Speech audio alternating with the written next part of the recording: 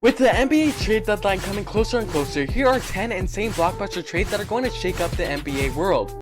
Zach LaVine's time in Chicago is coming to an end. The Bulls' chances to make the playoffs are getting lower and lower every single day. The Bulls should trade Zach LaVine when his trade value is still really high. I think the Knicks should try and trade for Zach LaVine. After striking out in the Donovan Mitchell sweepstakes during the NBA offseason and them wanting a star player on the team, this could really help their team out big time. Right now, the New York Knicks are in the playoffs, but no one sees them as a true threat in the Eastern Conference to do much. At best, they're a second round exit.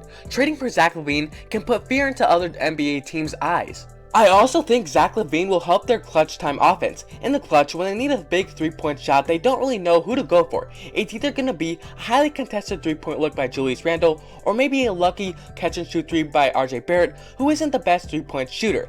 I think getting a guy like Zach LaVine, who's known for hitting big time 3-point looks during the regular season, would help that out a lot. The trade works like this. The New York Knicks get Zach LaVine, and the Bulls receive Evan Fournier, Obi Toppin, Cam Reddish, and 2 to 3 first-round picks.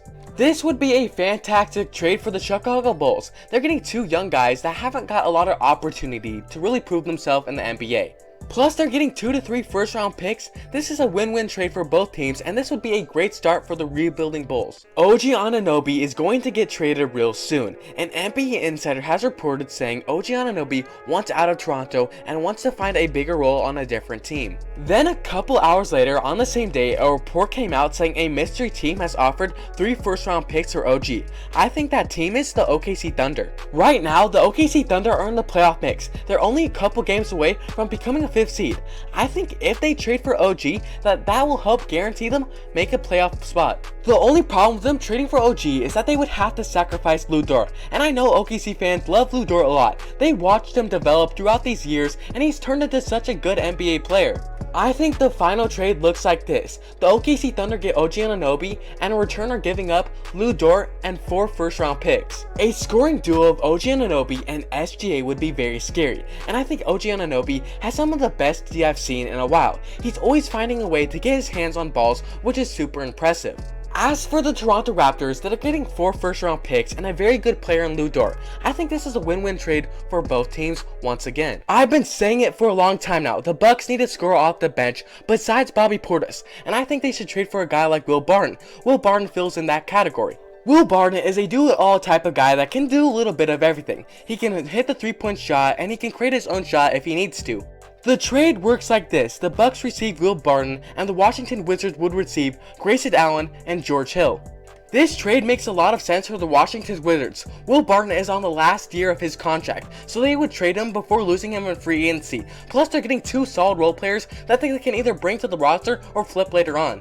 Plus, they're not taking in any extra money from this trade. This allows them to stay below the luxury tax, which is very important to the Washington Wizards. Luka Doncic needs help badly. Trading for another all-star caliber player will help this team out a lot. I already said the Bulls are going to blow it up earlier in the video, and if they do decide to blow it up, I think the Dallas Mavericks need to trade for DeMar DeRozan. DeMar DeRozan is one of the best scorers in the NBA. He's also one of the best clutch time players in the NBA. He would really help the Dallas Mavericks offense out a lot. In clutch time, the Dallas Mavericks offense is becoming predictable. They keep running the same exact play for Luka Doncic, and it's not working anymore. Getting another guy that can also hit the big time shot would help that out a lot. The trade works like this. The Dallas Mavericks would receive DeMar DeRozan and Andre Drummond, and in return are giving up Davis Bertans, Dwight Powell, Jaden Hardy, and 2 first-round picks. This is a really solid trade for the Chicago Bulls. Getting a guy like Jaden Hardy, who is a great young player that has a ton of potential to rebuild their team around, would be perfect. They're also getting 2 first-round picks, and if that's not enough, the Dallas Mavericks can add a 3rd one if need be. Also, getting a guy like Dwight Powell, who's not really a good NBA player and doesn't fit the timeline on his team, but is on an expiring contract, would be really good for the Bulls as well. John Collins is going to get traded this year, mark my words. I feel like over the past 100 years, John Collins has been in trade rumors, but this might be the year it actually happens. I think the Miami Heat should be the first team to call the Hawks phone and try to get John Collins on their team. John Collins would be the perfect fit for them. He would be playing the power forward position, which is what they need, and he also fits the timeline with Bam Adebayo and Tyler Hero. I also think the Miami Heat can transform John Collins' game and turn him into an elite level defender.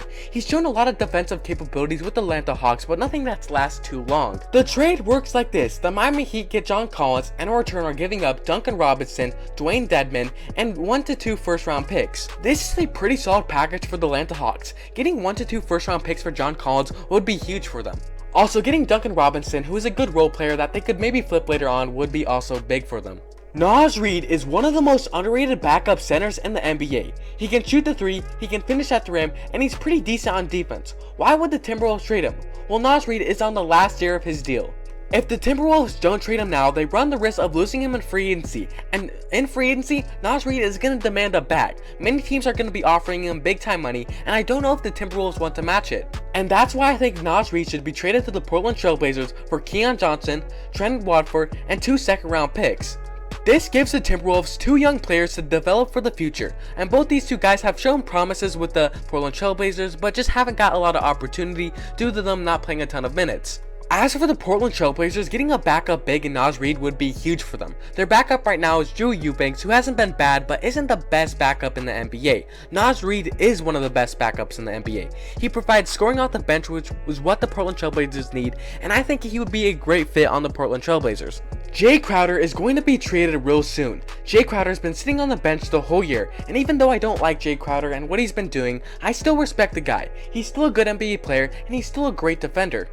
The Phoenix Suns has also made it clear on what they want for Jay Crowder. They want a young player and a rotational player, or a young player and a pick. I think Jay Crowder can be traded to the Brooklyn Nets. The trade works like this: the Brooklyn Nets receive Jay Crowder, and in return are giving up Seth Curry and a young player. Getting a guy like Jay Crowder for the Brooklyn Nets would be huge. He's great on defense and is a good 3-point shooter, and adds some championship experience to this team. As for the Suns, they're getting a nice guy in Seth Curry who would really fill in the depth of their team, and they've been needing depth ever since D-Book went out. As for the young player, it can either be Cam Thomas or Day'Ron Sharpen. With Steven Adams suffering a big time injury, taking him out for a couple weeks, the Grizzlies could use another center to fill in the center minutes. That's why I think they should trade Danny Green for Kelly Olynyk. Kelly Olynyk is having one of his best years on the Utah Jazz. The trade works like this: the Grizzlies would receive Kelly Olynyk, and in return are giving up Danny Green and a first round pick. The Jazz would be flipping Kelly Olynyk for a first round pick, which would be huge for them. This next trade is sending James Wiseman to the Charlotte Hornets for Mason Plumlee and a first round pick. This would be huge for the Charlotte Hornets because pairing up a guy like James Wiseman with a guy like LaMelo Ball would be huge for them. They're around the same age and they would benefit each other. Also, I think James Wiseman would break out for the Charlotte Hornets and have his best season over there. As for the Golden State Warriors, getting a veteran big man like Mason Plumlee who fits in with their system would be great for them. This last trade is involving the LA Lakers, and it's sending Patrick Beverley and 2 second-round picks to the Pistons for Alec Burks and Kevin Knox. Alec Burks is one of the best 3-point shooters in the NBA, and he would help out the Lakers in that category. Kevin Knox is kind of a throwaway player in that trade. He could turn into something good, but I highly doubt it. As for the Pistons, getting Patrick Beverley, who they can either flip or let his contract expire and decide to let him go, and getting 2 second-round picks would be a nice little package for them.